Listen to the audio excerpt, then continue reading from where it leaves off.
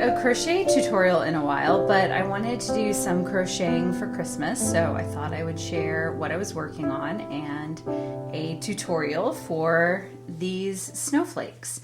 So I wanted to show, first of all, this is all the same snowflake, just in different yarns. So this first one is in this thinner yarn. It's by Mojave, and I got it off of Etsy. I'll link to it because I don't have the band here, but it makes these kind of tiny little petite snowflakes, which would be fun for a small tree or maybe a present topper or something. And for that one, I think I used a 3.5 millimeter hook. And then the next size up is this one. And this is a worsted weight fisherman's wool. And I really like this size. It's a great size for an ornament, and I really like this fisherman's wool for it. It's a little fuzzy, very, very cute. And for that one, I used a size 5 hook. And then this one is made with an Icelandic wool, Lovíka, this one. It's a 90 gram. I got it from a local store in Minneapolis. It's called Ingebrigtsen's, and they do sell online. And I love this size as well. I think it's a great size for kind of a chunky ornament or also a present topper. Or this size would be good to make a garland as well if you want to string a bunch of them together. And for this one I think I also used the size 6 just to keep it from being too open and loose. And then this bad boy, this is like the big daddy of all the snowflakes. And this was used was made by using Wool Ease by Lion Brand. And this is a great chunky wool blend yarn that's good for blankets and sweaters and hats and mittens and that sort of thing. And I really love this one too, just how like big and chunky it is. And I think this one would be great to use for ornaments or for a garland as well. If you have a large tree especially, it's good for ornaments. The thing that I liked about using these wools is and kind of making them bigger and chunkier, is you didn't have to starch them out afterwards or iron them.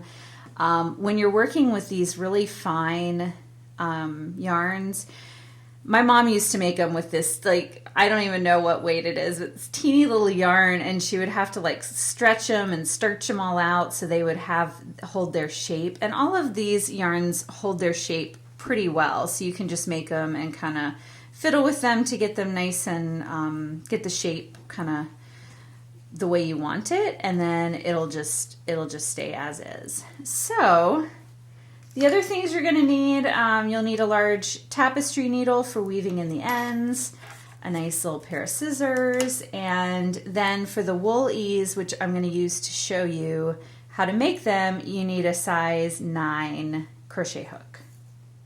So we want to start with a nice long tail, so we have plenty of extra to work with. And then I'm going to make a magic loop, magic circle, magic ring, depending on how you say it. There's a lot of different ways. And the method I use is I wrap the yarn around 2 fingers like this and make an X on the back side of my fingers. And then I'm going to reach under, pull this through, and sort of twist it a little bit, and then grab that piece again and pull it through. And then we've got a little loop that will extend, like you can pull it out and make it bigger, and you can pull the tail end and cinch it, just like that. Okay, so now we're going to work inside. So I kind of like to get my tail out of the way, like to get the working end of my yarn ready, like this. And then we're going to start off with a double crochet. So we're going to wrap the yarn around the hook, put the hook inside the circle. It's a little fiddly when you first start until like what you're making gets a little structure. So we have 3 loops on.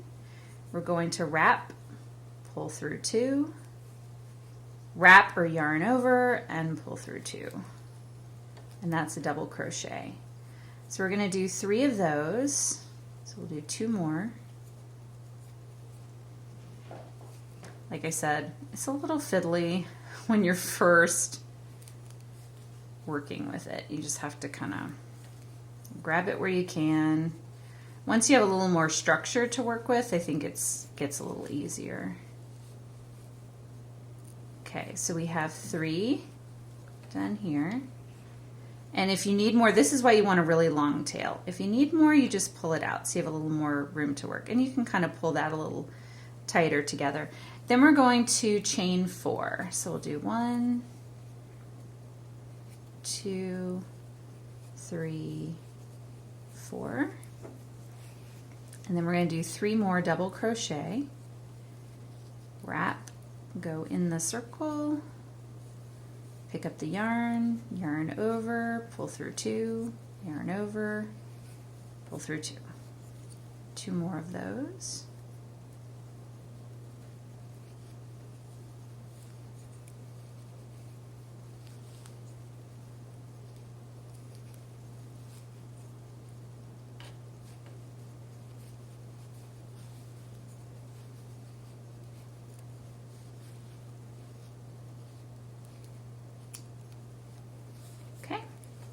So we've got 3 more there, and then I'm just going to kind of, again, push them in a little bit together. So you can already see that we're starting to make a little bit of a pattern. We've got sort of this chunk, a little loop, and then this chunk. So we're going to repeat that again. We're going to do 4 chains, which a chain is you just wrap and pull it through, and that's it. That's a chain. It kind of makes a braid.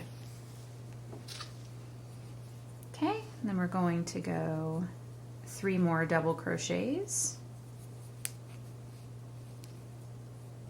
Oops.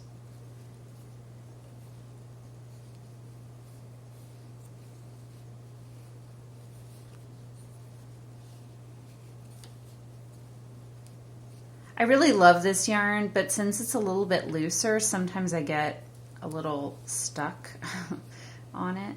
I get kind of caught on pieces of yarn that I don't want to pick up right now.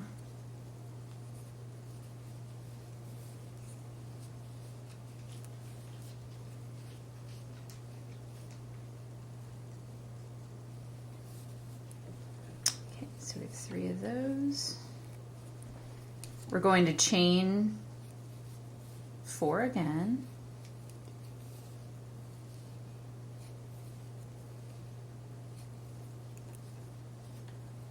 And do another one. Ultimately, another 3 double crochet. Ultimately, we're going to do this same pattern 5 times to make what's going to look like sort of a star.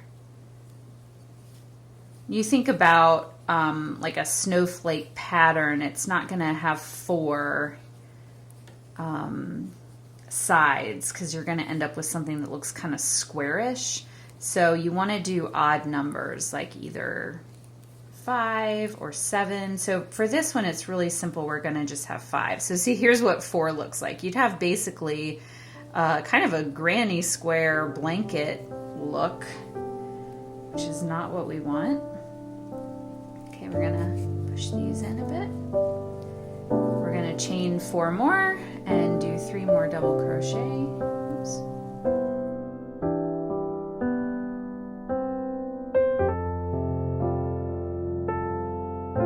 Okay, so we've done we did 1, 2, 3, 4, 5 sets of the 3 double crochet with 4 chains in between. And we're going to end this layer with 4 more chains. And here's where you want to grab this end piece and pull it tighter anyway, to kind of get your, see how it looks like a little star? but we need to connect this here. So we're gonna just slip stitch it in. We're gonna, through this first double crochet, we're going to put our hook through, just grab the yarn, pull it through, and then pull it through the loop that's on our hook. And that just secured that together. Now some tutorials that I saw making similar snowflakes start off with chaining 3 instead of doing a double crochet. And I think that makes it, I don't know, I just didn't, I ended up with like a little, I don't know, just a little piece that was sticking out, and I didn't like that method. So I just started mine with a double crochet, and I like the way that looks better. So now we're on our second layer, and what I do is I turn my star around. So this is how we've ended, like this. And if we're going to keep working in this direction, we would go this way. But I'm going to turn it around and start working this way. And so I'm just going to grab this up through. So we've got our little tail sticking towards us, and I'm going to chain 4. So we'll do, so I kind of brought, do you see, I kind of, since the yarn's in front of me, I'm kind of crossing it over and picking it up like that.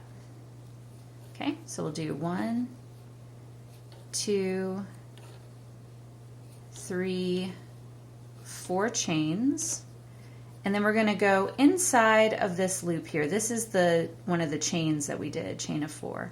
We're going to go inside and just do a slip stitch, and then we're going to chain 6. 1, 2, 3, 4, 5, 6. This is going to make sense in a minute what we're doing here. Then slip stitch again. So again, we're going to put it in that hole of the chains, pull a piece of yarn through, and then pull it through what's on the crochet hook. Oh, we got a cat here playing with my yarn. And then we're going to chain 4 again. 1, 2, oh, I'm stuck, hold on. Again, this is, no. This is kind of the downside to this yarn, is I get a little hung up sometimes. Okay, chain 4, and then we're gonna slip stitch it in again into that same hole. So what we've created is the little points of the snowflake, 3 little points off of this one chained area.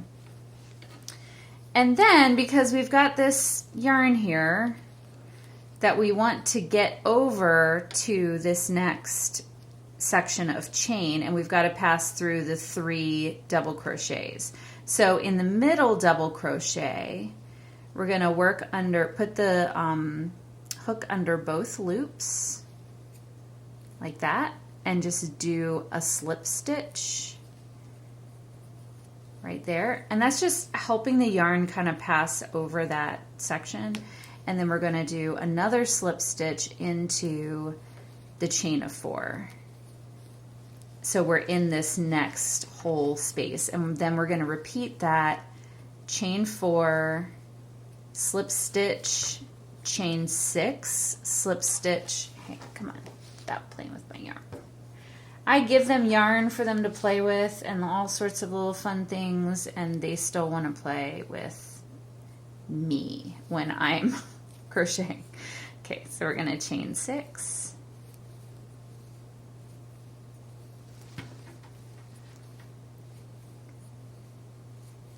And then do a slip stitch, and then chain 4,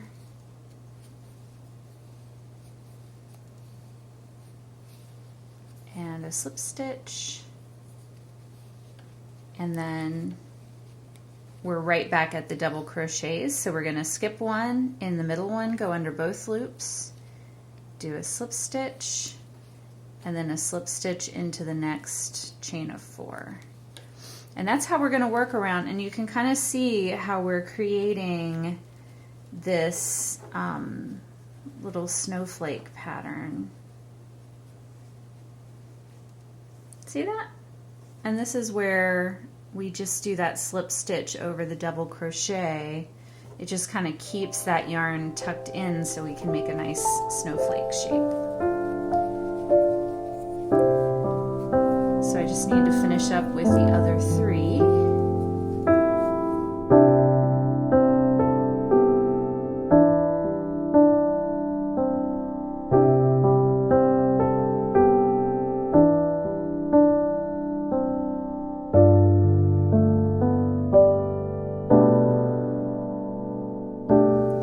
Okay, so we have finished all of the working into all 5 of the chain of 4 from the first row, and in this last bit of the last row of 3 double crochet, I'm going to go work do a slip stitch into the middle again, just like I did around, and then I'm going to do one more slip stitch through this next chain.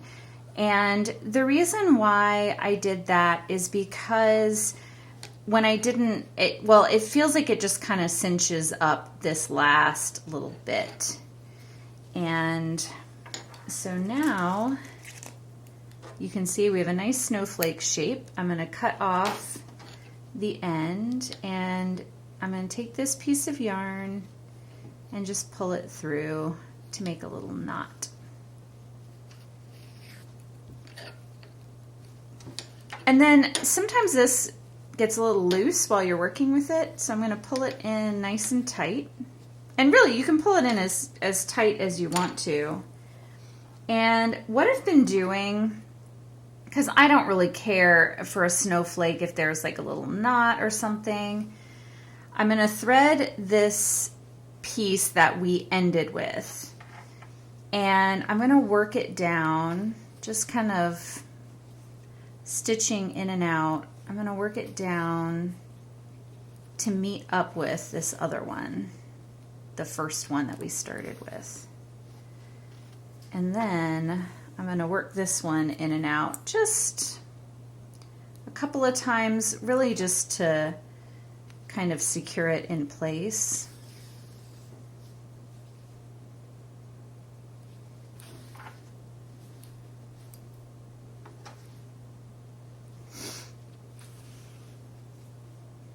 Just to keep it held nice and tight. And then I'm going to tie the 2 together in a double knot. And especially with this, well, with the smaller thread too, but with the chunkier thread, you really don't see the knot or the weaving, and then I just cut off the ends. I know there are more professional ways to do this, I'm sure, but this works for me for just a simple decoration.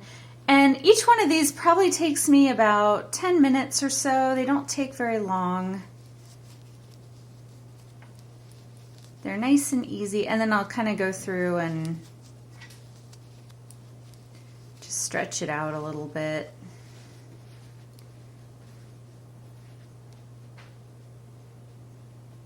And there you go. And like I said, I feel like, so I hung these as ornaments. I'm going to use some as present toppers, but I think if you strung them together to make a garland, that would be very cute as well. Oh, one note I want to make, I really loved this size that was made with the Icelandic wool, but the issue I had with it was when I was trying to pull the middle tight, the yarn would just rip. And it's because it's a very loose yarn. It's not spun very tight, and so it rips a lot easier. The other yarns I did not have that problem, and that's one reason why I started using the woolies, because I can pull on this really hard and it's not gonna rip. So I was able to pull this middle tighter. So just be aware if you work with this. I love this look, but it was a little bit frustrating when you had to pull that center tight. So there you go, a fun little tutorial for a crocheted snowflake.